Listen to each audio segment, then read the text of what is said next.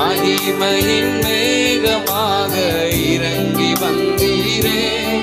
ஓ ஆசரிப்பு கூடாரத்தில் முட்செடியின்